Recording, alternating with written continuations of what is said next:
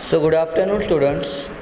आज हम आपके असाइनमेंट में जो क्वेश्चन है change the voice of the following sentence उसके बारे में देखने जा रहे हैं। तो इसमें हमको क्या बोला गया है कि जो सेंटेंस हमें दिया गया है ना उसकी वॉइस चेंज करनी है। वॉइस क्या होती है, हमने वीडियो में देखा था एक्टिव वॉइस और पैसिव वॉइस होता है। तो उसी तरह से हमें यहाँ पे सेंटेंस दिए हैं, हमें सेंटेंस का टेंस पहचानना है, फिर उसके अकॉर्डिंग वो एक्टिव है तो पैसिव में, और अगर पैसिव वॉइस है तो एक्टिव वॉइस में चेंज करना है। ओके, तो ये हमारा क्वेश्चन है।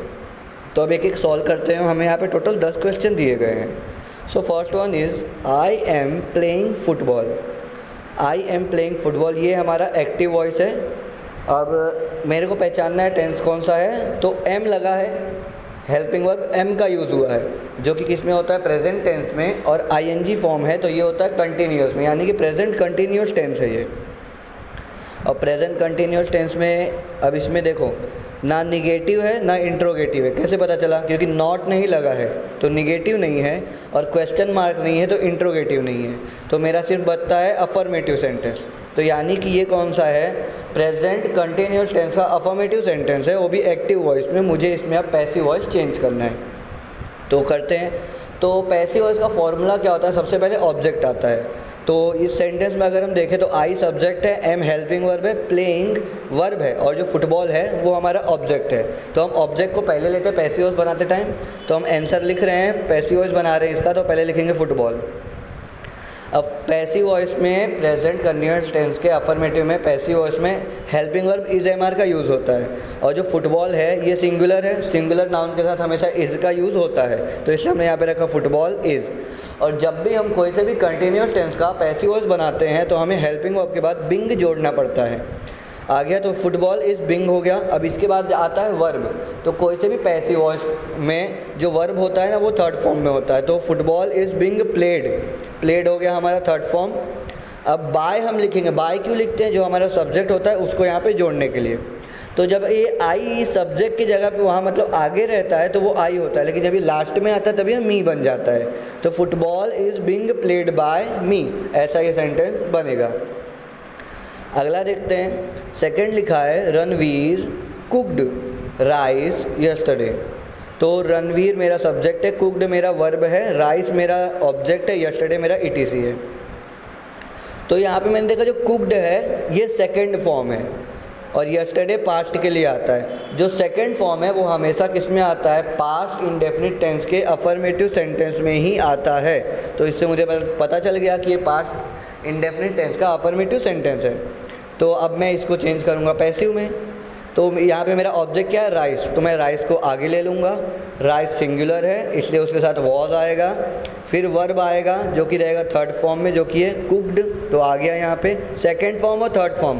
कुक है इसका फर्स्ट फॉर्म, और सेकंड और थर्ड दोनों क्या होते हैं, कुक्ड होते हैं। फिर उसके बाद बाय आएगा। बाय क्यों आएगा, जो हमारा सब्जेक्ट है उसको जोड़ने के लिए। तो सब्जेक्ट कौन है, रणवीर, तो हमने रणवीर लिख दिया। अब जो ईटीसी बच रहा है वो आया यस्टरडे, तो हमने यस्टरडे लिख दिया। तो क्या बन गया, rice was cooked bye Ranveer yesterday. ये हो गया हमारा सेकंड। थर्ड की ओर चलते हैं, तो थर्ड लिखा है Mona will meet me tomorrow. तो ये हमने प्रेजेंट देख लिया, पास्ट देख लिया, थर्ड जो है हमारा फ्यूचर पे डिपेंड है। तो मोना हमारा सब्जेक्ट है, विल हमारा हेल्पिंग वर्ब है, मीट यानी मिलना ये हमारा ऑब्जेक्ट है, सॉरी वर्ब है, और जो मी है वो मेरा ऑब्जेक्ट है, और टुमारो मेरा ईटीसी है। तो अब जो यहाँ पे हमने पहले वाले में देखा था, तो जब आई आगे था तो वो आई लिखा, लेकिन जब लास्ट में आया तो मी बन गया। सेम चीज़ अब यहाँ पे होगी, यहाँ पे मी लास्ट में था लेकिन अब ये आगे आएगा क्योंकि मी मेरा ऑब्जेक्ट है। अब वो आगे आएगा, तो आगे आएगा तो क्या बन जाएगा, आई, आई आ गया। तो आई के साथ आ गया फिर इधर विल, फिर आ गया be, met by Mona tomorrow. तो I will be met by Mona tomorrow, ये हो जाएगा। फिर अगला है is he working on PC now. तो वर्किंग है और नाउ है। वर्किंग से मेरे को बदल गया कंटिन्यूस, और नाउ जो है मेरा रिलेटेड वर्ड है प्रेजेंट कंटिन्यूस, यानी ये प्रेजेंट कंटिन्यूस टेंस है, और क्वेश्चन मार्क लगा है यानी कि ये इंट्रोगेटिव सेंटेंस है। तो ये मेरा प्रेजेंट कंटिन्यूस टेंस का इंट्रोगेटिव सेंटेंस है, फोर्थ वाला। तो अब मैं इसको पैसिव में चेंज करूँगा। तो इंट्रोगेटिव सेंटेंस में हमेशा पहले क्या आता है, हेल्पिंग वर्ब। तो मैं हेल्पिंग वर्ब इज़ लिख दूँगा। इज़ क्यों लिखूँगा, क्योंकि मेरा ऑब्जेक्ट क्या है, ऑन पीसी।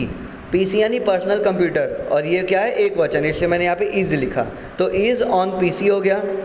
अब हमने जैसे देखा फर्स्ट वाले में हमने बिंग जोड़ा था क्योंकि कंटिन्यूस है, वैसे ही इसमें भी ये कंटिन्यूस टेंस है, तो ऑब्जेक्ट के बाद बिंग आएगा, फिर वर्ब की थर्ड फॉर्म आएगी, फिर बाय आएगा सब्जेक्ट के लिए। अब जब भी हमारा सब्जेक्ट ही होगा ना तो यहाँ आके हिम बन जाएगा, और वहाँ आगे रहेगा तो ही बनेगा। जैसे आई का हुआ था, यहाँ पे मी बना, वहाँ पे आई था, सेम इसमें होगा, ही का यहाँ पे हिम हो जाएगा और वहाँ अगर आगे रहेगा तो ही बनेगा। तो is on PC being worked by him, now हमारा एटीसी था, लास्ट में आ गया क्वेश्चन मार्क। फिफ्थ वन है ही राइट्स लेटर्स नाइसली। तो अब ही मेरा सब्जेक्ट है, राइट्स मेरा वर्ब है, लेटर्स मेरा ऑब्जेक्ट है और नाइसली मेरा एटीसी है। तो लेटर्स मेरा ऑब्जेक्ट था तो वो अब आगे आ जाएगा। और जो मैंने देखा ही और राइट्स है, राइट मेरा फर्स्ट फॉर्म है, उसमें अगर एस या ई एस कभी भी जुड़ा है, अगर किसी भी वर्ब में यानी कि क्रिया में यस या ई एस जुड़ा है तो मुझे या हमें सबको सीधा ये समझ लेना है कि वो कौन सा टेंस है, वो हमारा प्रेजेंट इंडेफिनिट टेंस होगा। ठीक है, तो प्रेजेंट इंडेफिनिट टेंस हमने पहचान लिया। तो ही राइट्स लेटर्स नाइसली हो गया, तो लेटर्स मेरा ऑब्जेक्ट आगे, और वहाँ पे हेल्पिंग ऑफ यूज़ होता है पैसिव वॉइस में इज एम आर, और लेटर्स बहुवचन है तो हमने यहाँ पे आर लिख दिया। उसके बाद राइट जो है उसका थर्ड फॉर्म यहाँ पे आएगा रिटेन, फिर आया बाय सब्जेक्ट के लिए। अब यहाँ पे ही था तो यहाँ पे हिम बन गया, जैसे चौथे में हुआ था सेम यहाँ पे हो गया, ही का हिम बन गया और एक्स्ट्रा क्या बचा, नाइसली। तो letters are written by him nicely. फिर सिक्स है did you buy a pen last day. Did मेरा हेल्पिंग वर्ब है किसका, पास्ट इंडेफिनिट टेंस का, पता चल गया ये पास्ट इंडेफिनिट टेंस है। तो अब मैं पास्ट इंडेफिनिट टेंस में कौन सा सेंटेंस है, क्वेश्चन मार्क लगाया तो इंट्रोगेटिव सेंटेंस है, तो अब मैं उसको चेंज करूँगा। मेरा ऑब्जेक्ट क्या है यहाँ पे, अ पेन, ये मेरा ऑब्जेक्ट है, बाय मेरा वर्ब है, फिर से शुरुआत से देखते हैं। यू मेरा सब्जेक्ट है, बाय मेरा वर्ब है, अ पेन मेरा ऑब्जेक्ट है, तो ऑब्जेक्ट में पहले ले लूँगा अ पेन, लेकिन इंट्रोगेटिव सेंटेंस बना रहे हैं तो पहले हेल्पिंग वर्ब आएगा। यहाँ पे हेल्पिंग वर्ब यूज़ होता है वॉज और वेयर, वॉज होता है सिंगुलर के लिए, वेयर होता है प्लूरल के लिए। तो वॉज मैंने लिख दिया, क्यों, क्योंकि जो मेरा ऑब्जेक्ट है वो ए पेन है, अ पेन है, अ पेन मेरा सिंगुलर है इसलिए मैंने वॉज लिखा, वॉज अ पेन। अब आएगा वर्ब की थर्ड फॉर्म, बाय का थर्ड फॉर्म और सेकंड फॉर्म होता है बॉट, जो हमने यहाँ पे लिखा है, तो was a pen bought, by आया सब्जेक्ट को जोड़ने के लिए, यू वहाँ था यहाँ पे यू आ गया, you last day, was a pen bought by you last day. अगला है you are doing your work, कि तुम अपना काम कर रहे हो।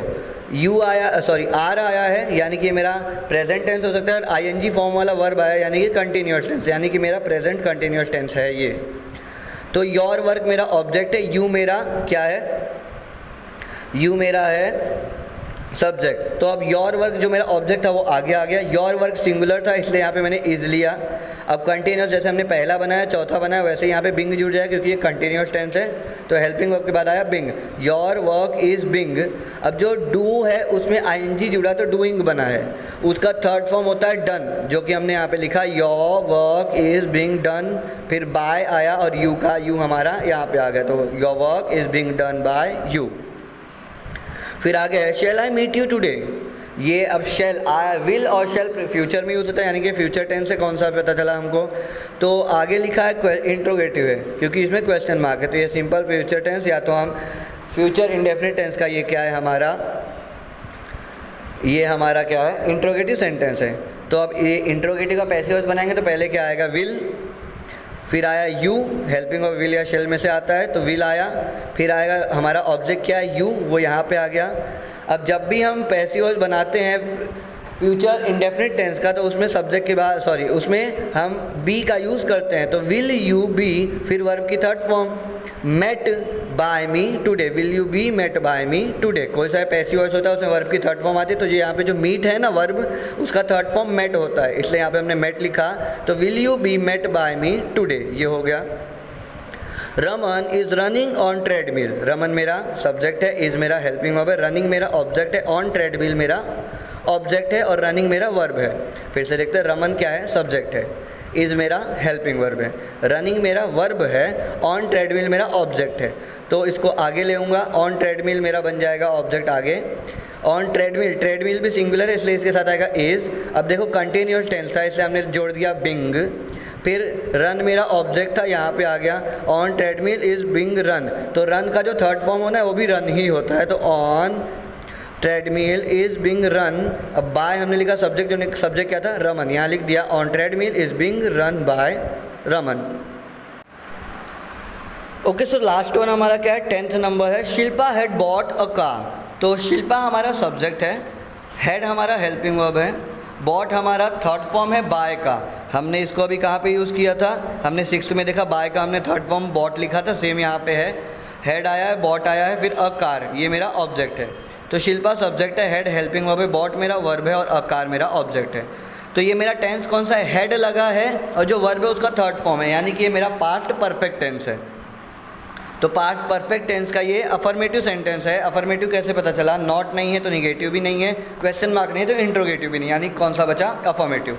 तो मैं अफर्मेटिव का पैसिव वॉइस बनाने जा रहा हूँ पास्ट परफेक्ट टेंस में। तो पहले ऑब्जेक्ट लेंगे अ का, फिर उसमें भी हेल्पिंग वर्ब हेड का ही यूज़ होगा, लेकिन जब भी हम कोई सा भी परफेक्ट टेंस का पैसिव वॉइस बनाते हैं तो हेल्पिंग वर्ब के बाद बीन का यूज़ करते हैं। तो अ का, हेड बीन, फिर वर्ब की थर्ड फॉर्म बॉट ऑलरेडी है, यहाँ पे लिख दिया बॉट, बाय आया सब्जेक्ट जोड़ने के लिए Shilpa, a car had been bought by Shilpa. तो ये हमारे 10 के 10 जो क्वेश्चन थे वो हमने सॉल्व कर लिए। होप सो आप सबको समझ आएगा। मिलते हैं हम नेक्स्ट लेक्चर में।